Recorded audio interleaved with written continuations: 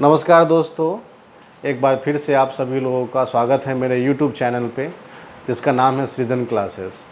दोस्तों, मैं आज फिर आपके सामने उपस्थित हूँ एक क्वेश्चन के साथ। क्वेश्चन है कि हमारी नई पीढ़ी को एक बेहतर इंसान बनाने का जिम्मेदारी किसके ऊपर है? आखिर कौन बनाएगा हमारे आने वाली पीढ़ी को एक बेहतर इंसान? आए दिन हम टीवी पे, न्यूज़ पे देख रहे हैं कि दो बेटों की कहानी बहुत प्रचलित हो रही है, इनफेमस हो रही है एक दूसरे सेंस में कहा जाए तो। एक मशहूर अभिनेता शाहरुख खान के बेटे आर्यन खान, और दूसरे हैं आशीष मिश्रा, जो कि केंद्रीय गृह राज्य मंत्री है, उनके बेटे का नाम है अमित मिश्रा। इन्होंने दोनों के ऊपर, एक के ऊपर आरोप है कि एक ने क्रूज़ पे ड्रग्स लेने का जो है आरोप उसके ऊपर है, उनके ऊपर है, और एक जो है किसानों को बेरहमी से कुचल देने का उनके ऊपर आरोप है। लेकिन दोनों आरोप बहुत ही गंभीर है। मैं ये नहीं कहता कि दोनों दोषी है या फिर दोनों निर्दोष है। बाकी जो कार्रवाई है पुलिस की, जो कोर्ट की, वो तो चलती रहेगी। मैं बस इतना ही कहना चाहता हूँ कि ये दोनों लोग अपने पावर और पैसे के नशे में हैं, और हम लोग भी यूथ आइकन उन्हीं लोग को मानते हैं और एग्जाम्पल सेट करते हैं, अपने आप को इतना मोटिवेट कर देते हैं और हम अपने आप को मानने लगते हैं कि और ये हमारे आइकन है, हम इनका अनुसरण करेंगे, उनके जैसा बनने की हम कोशिश करते हैं, और बाद में पता चलता है कि ये तो भाई इनका तो कैरेक्टर बिल्कुल ख़राब है। तो बहुत अफसोस होता है हम लोग को। इसलिए हम लोग को आइकन बनाने से पहले देखना चाहिए, समझना चाहिए कि कैसे लोग को हम आइकन बना रहे हैं।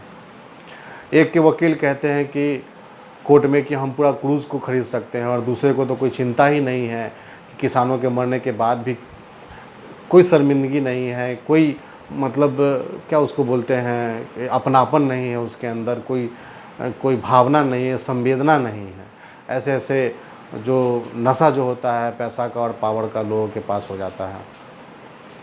हम और आप बड़े कॉमन पीपल है और कॉमन ज़िंदगी जीते हैं, और हम लोग अपने बच्चों के प्रति बहुत कॉन्शियस नहीं रह पाते हैं, और हम लोग अपने ही धन संचय में दिन रात कड़ी मेहनत करते रहते हैं, और हम लोग अपने बच्चे को किसी बेहतर स्कूल में एडमिशन करा के निश्चिंत हो जाते हैं कि हमारा बच्चा बहुत अच्छे से अब पढ़ लिख करके बनेगा और उसका व्यक्तित्व विकास भी हो जाएगा।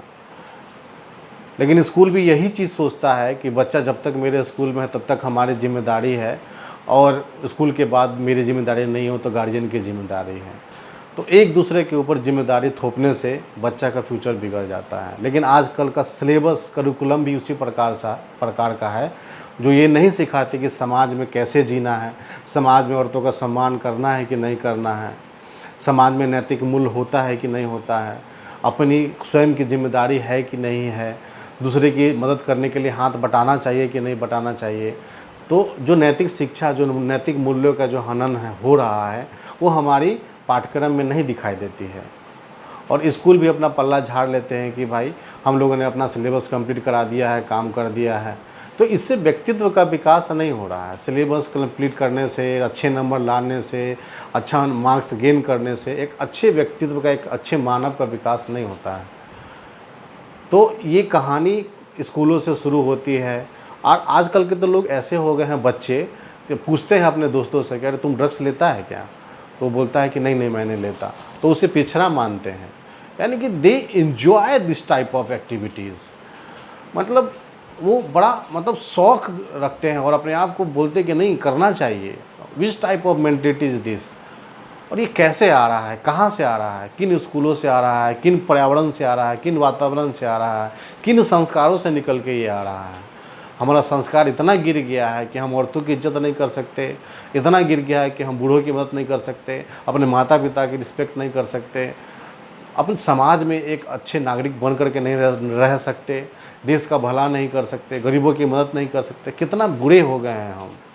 हमें तो समझ में नहीं आता है कि समाज हमारा किस दिशा में जा रहा है, कहाँ जा रहा है। स्कूल भी है, स्कूल के पास तो कहने के लिए है कि आपने भाई फीस दे दिया, आपका बच्चों को हम लोगों ने इतना सिलेबस करा दिया, इतना कंप्लीट करा दिया, ये करा दिया, वो करा दिया।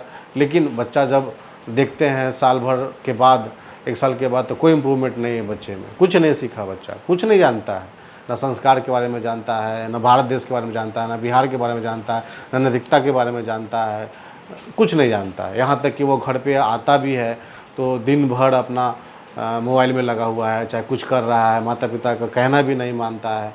तो स्कूल की जिम्मेदारी होनी चाहिए कि शैक्षणिक शिक्षा के साथ साथ संस्कारिक शिक्षा भी बच्चों को दे, ताकि समाज में जीने का सही तरीका वो सीख सके। जहाँ तक कि क्योंकि घर के बाद दूसरा सबसे ज़्यादा समय बिताता है कोई बच्चा तो स्कूल में और कॉलेज में, और ये दो जगह है जो एक बच्चे के जीवन में बहुत महत्वपूर्ण जगह रखती है। अगर इन दोनों जगहों पे, स्कूल और कॉलेज पे, अगर एक बच्चे का सही व्यक्तित्व विकास कर दिया जाए तो जीवन में कभी वो असफल नहीं होगा। मेरा यहाँ मानना है।